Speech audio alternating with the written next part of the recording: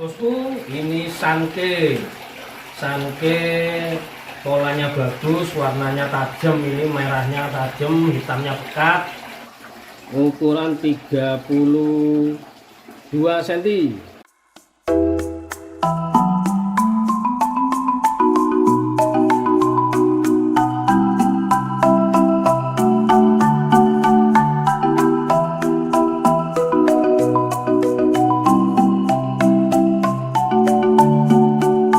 Hanya jurnalis, profesi apapun bisalah menekuni apa saja untuk bisa menghasilkan income. Tentunya ini adalah hobi dulu, senang dulu, suka dulu, untuk rezeki dan usaha lain bisa mengikuti nanti. Nama saya Ahmad Sarwani, pekerjaan utama atau profesi utama saya adalah sebagai wartawan di media JTV Surabaya yang bekerja di wilayah Nganjuk. Di samping menekuni jurnalis, saya juga menekuni penghobi koi. Sebagai jurnalis juga mendapatkan income dari pihak kantor saya sebagai karyawan. Di sela-sela itu, pas santai tidak ada tugas sebagai jurnalis, saya bisa menekuni berjualan ikan koi. Nah, itu juga menghasilkan income bagi saya juga.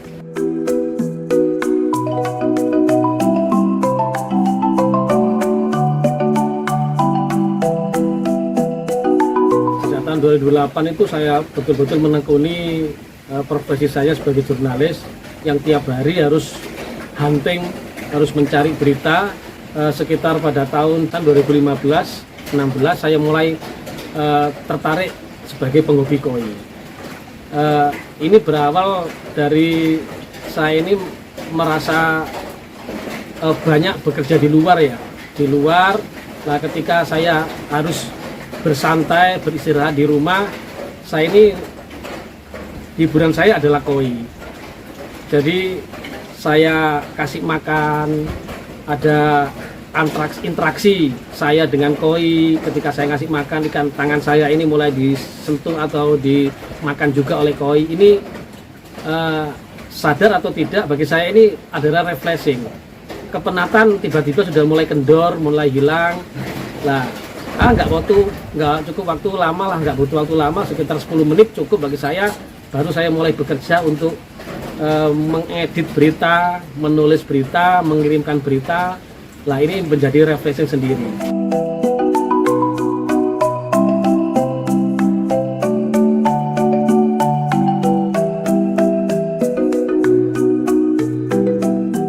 Dengan tanah yang sempit, dengan rumah yang kecil, rumah yang ada di perumahan itu kan sangat kecil, hanya dengan rumah saya ini ukuran 7 meter kali 12, itu kan sangat kecil juga.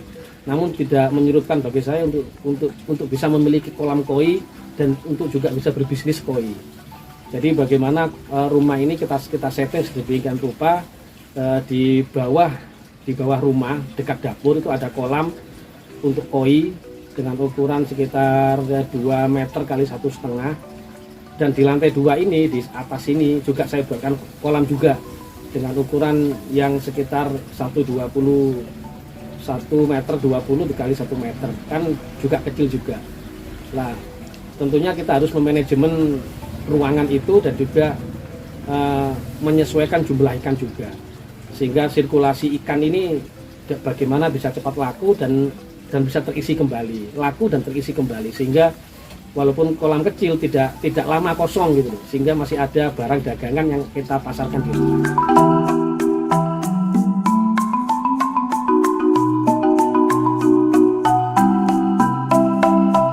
Saya seringkali beli ikan, sehingga saya beli di Surabaya juga pernah, di Sidoarjo, di daerah Blitar, Tulungagung, di daerah Nganjuk sendiri. Nah, saya jelajahi semua untuk saya mencari koi yang bagus menurut saya. Nah, ketika saya menjual 1 atau 2 ekor, ternyata penjualannya bagus. Saya mendapat keuntungan dari penjualan ikan saya itu.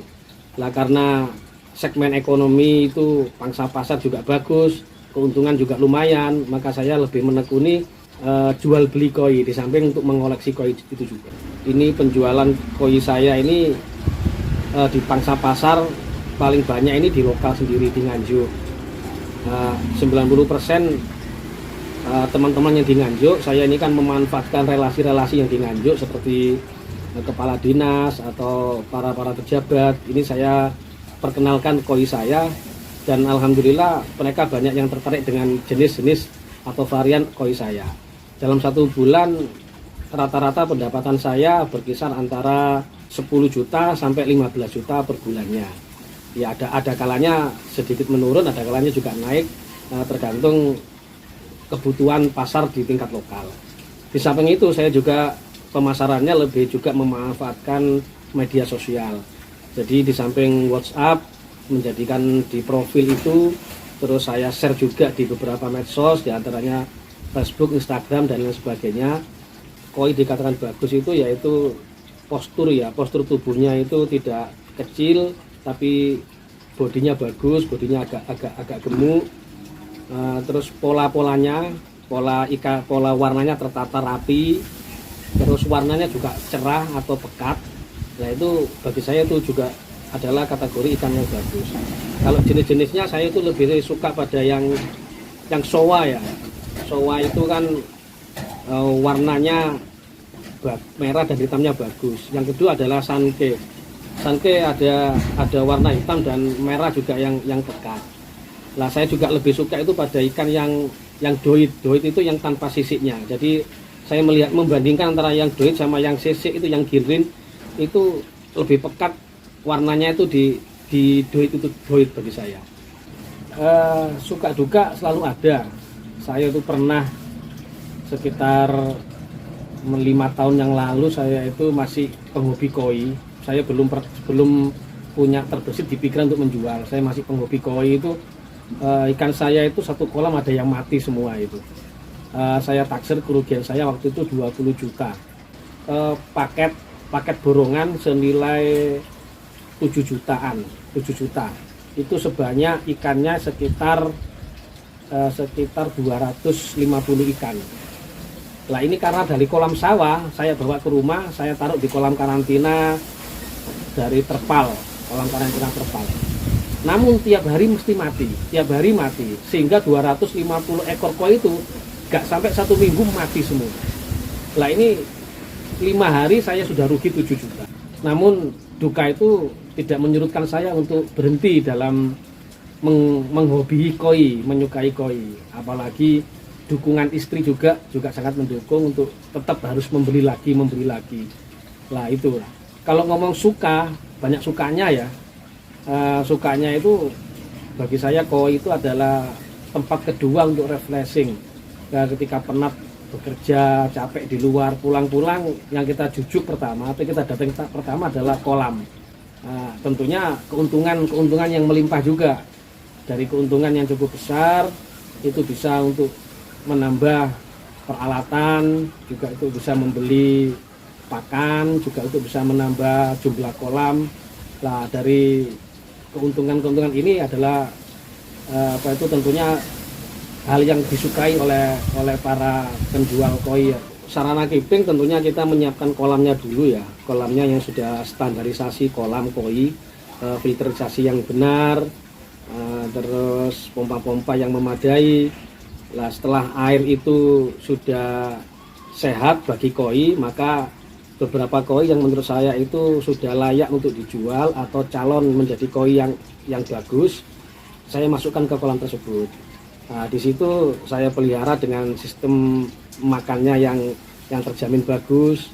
Terus bila perlu juga ditambahi obat-obatan biar kekebalan tubuh juga bagus untuk bisa memunculkan warna yang bagus dan pola bagus. Itu saya juga memilih dari indukan-indukan yang bagus juga. Saya besarkan dengan di keeping itu, nanti kalau sudah pada ukuran 30 cm atau di bawah 40 cm, maka nanti akan saya siap untuk dijual. Untuk kebutuhan biaya keeping sendiri ya tergantung jumlah ikan juga. Nah kalau saya ini membelinya itu paling tidak ukuran 10 cm. 10 cm itu saya membeli dalam jumlah yang banyak. Nah nanti saya besarkan di kolam saya. Nah saya besarkan itu nanti pada ukuran yang sudah 25 cm, 30 cm, sampai 40 cm sudah mulai saya pasarkan itu. Lah karena saya melihat pangsa pasar di luar itu pelanggan lebih menyukai ikan-ikan yang berukuran antara 25-30 sentian, sehingga saya jual mengikuti pangsa pasar yang ada. Nah ini saya jual relatif. Kalau yang ikan yang grade-nya grade A itu yang sudah mulai kelihatan bagus, itu saya jual antara harga 50.000 sampai dengan 300.000. Itu tergantung pada corak warnanya, polanya, postur tubuhnya, itu membedakan juga. Ya, yang ketiga ini air yang paling bersih di sini. Terus ini diangkat oleh pompa, masuk ke waterfall. Ini waterfallnya ini.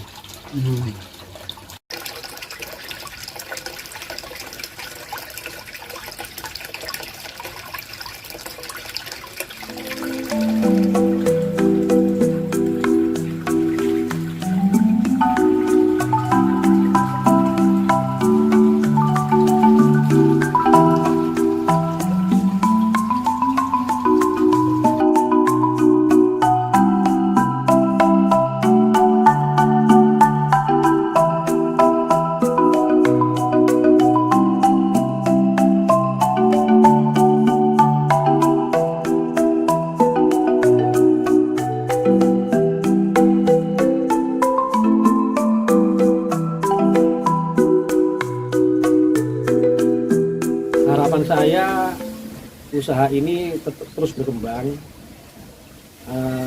dengan memanfaatkan media-media sosial untuk penjualan pemasarannya, dan juga saya juga mengharapkan ada kerjasama dari pihak-pihak pemerintah, dalam hal ini mungkin kedinasan peternakan atau dinas kehewanan, untuk bisa mensupport UMKM, karena usaha untuk ikan koi ini kan UMKM, usaha yang produktif yang ada di rumah. Ini peran serta pemerintah juga, saya pikir juga harus ikut andil juga dalam hal ini.